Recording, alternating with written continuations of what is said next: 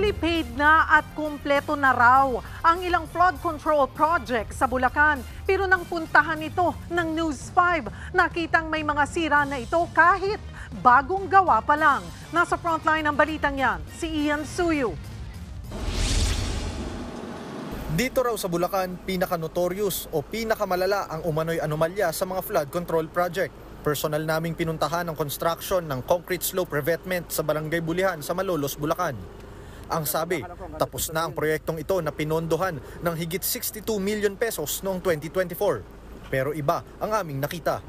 Mula doon sa bungad, kulang-kulang 200 meters yung haba nitong ginawang river wall. Pero pagdating dito sa dulo, makikita nyo na hindi na tapos at puro bakal na lamang yung nakausli. Kaya reklamo ng mga residente, tila wala naman daw silbi itong proyektong ito dahil hanggang ngayon, binabaha pa rin sila. Nakikita ko po hindi.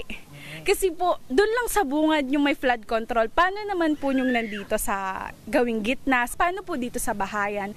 Siyempre, dapat madali, mabilis. Para hindi na kami nalulubog dito. Ayun, ganyan. Laging high tide, laging lubog to. Ang kontratistang humawak ng proyektong yan, ang Sims Trading Construction. Ito ang kumpanyang humawak din ng flood control project na ikinagalit kahapon ni Pangulong Bongbong Marcos. Ang sabi rin sa report, completed na pero nabisto na hindi naman pala. 14 na proyekto sa buong probinsya ang nakuha ng naturang kumpanya. Pinuntahan namin ang address ng Sims Trading Corporation na nakalagay sa mga dokumento. Pero nasa loob ito ng subdivision at nakaopisina sa isang bahay. Ang mga proyektong pinuntahan ng aming team ay bukod pa sa isinawalat kahapon ni Senator Ping Lacson na umano'y anomalya sa flood control projects. Sa Hagonoy nga, merong tinatawag na distinct budget o yung pare-parehong halaga ng proyektong magkakaiba.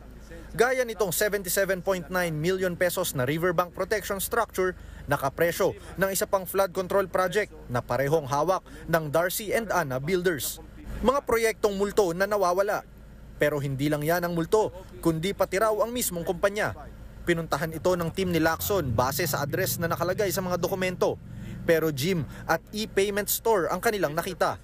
Sa kabila ng mga ibinulgar na yan, ayon kay DPWH Secretary Manuel Bonoan, isolated lang daw ang mga yan. I'm looking at all this project.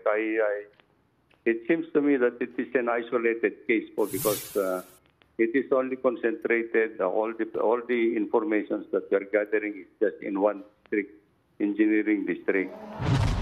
Hindi naman muna nagpa-interview si Bulacan Governor Daniel Fernando.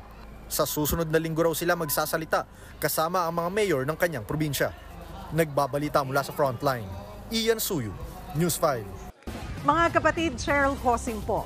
Maging maalam at may pakialam sa mga napapanahong issue at headlines. Mag-follow at mag-subscribe na sa social media pages ng News 5.